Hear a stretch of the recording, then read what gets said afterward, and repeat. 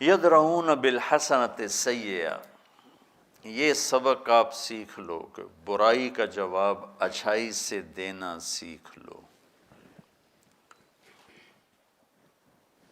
زبان سے بھی، قلم سے بھی۔ کل کو آپ صاحب قلم بن جائیں تو آپ کا قلم ایسا شدید ہو جائے۔ مفتی تقی صاحب نے اس ویڈیو کے جواز کا فتویٰ دیا، بہت بڑی شخصیت ہے۔ اس کا رد ایک مولانا صاحب نے کیا، وہ مضمون میں نے پڑھا۔ مفتی تقی صاحب پاکستان کا نہیں، پوری دنیا کے مسلمانوں کا قیمتی سرمایہ ہے، بہت بڑی شخصیت ہے، ٹھیک ہے۔ کسی عام آدمی سے بھی اختلاف کرنا ہو تو زبان کو بھی سنبھال کے بولو، اور اللہ قلم دے تو قلم سے بھی سنبھل کے لکھو۔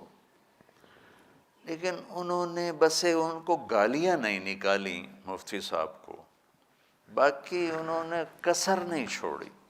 حالانکہ خود ایک مدرسے میں مدرس تھے، مفتی تھے، حدیث پڑھاتے تھے، یہ ساری چیزیں پیچھے رہ گئیں اور قلم کی بد اخلاقی نے داغدار کر دیا۔ اتنے بڑے آدمی سے میں اختلاف کرنے جا رہا ہوں، کچھ تو میں خیال کروں۔ بڑے آدمی کو بچوں چھوڑو، جس کو اللہ نے انسان بنایا ہے وہ مسلم ہے، کافر ہے، ہم خیال ہے، مخالف خیال ہے، اپنا ہے، پرایا ہے، مسلم ہے، غیر مسلم ہے، اس کو عزت دینا، یہ اخلاق کا تقاضا ہے، یہ انسانی اخلاق کی معراج ہے کہ آپ کو اگلے کو عزت دینا ہے۔ یہودی کا جنازہ گزرا اور میرے نبی کھڑے ہو کے،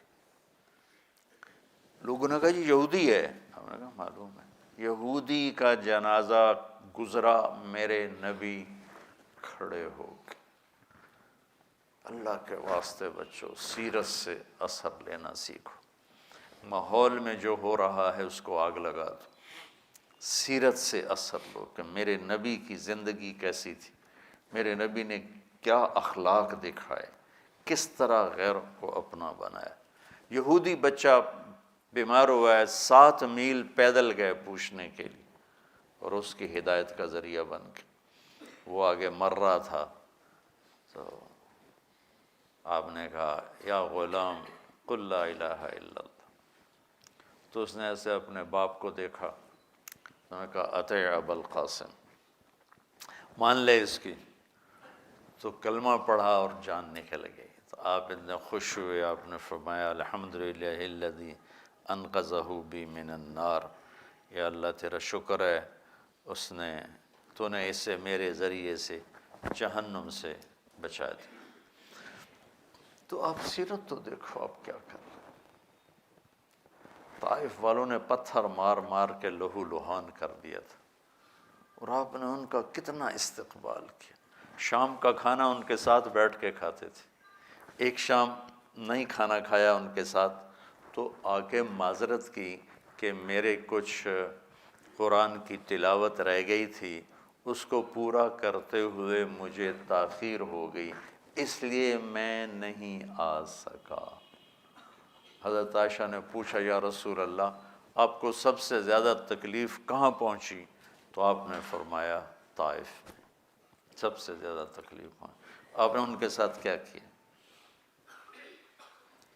تو بچوں اللہ کے واسطے زبان کے بول کو مثبت کرنا سیکھو، اور اللہ تمہیں صاحب قلم بنا دے تو قلم کو مثبت چلانا سیکھو۔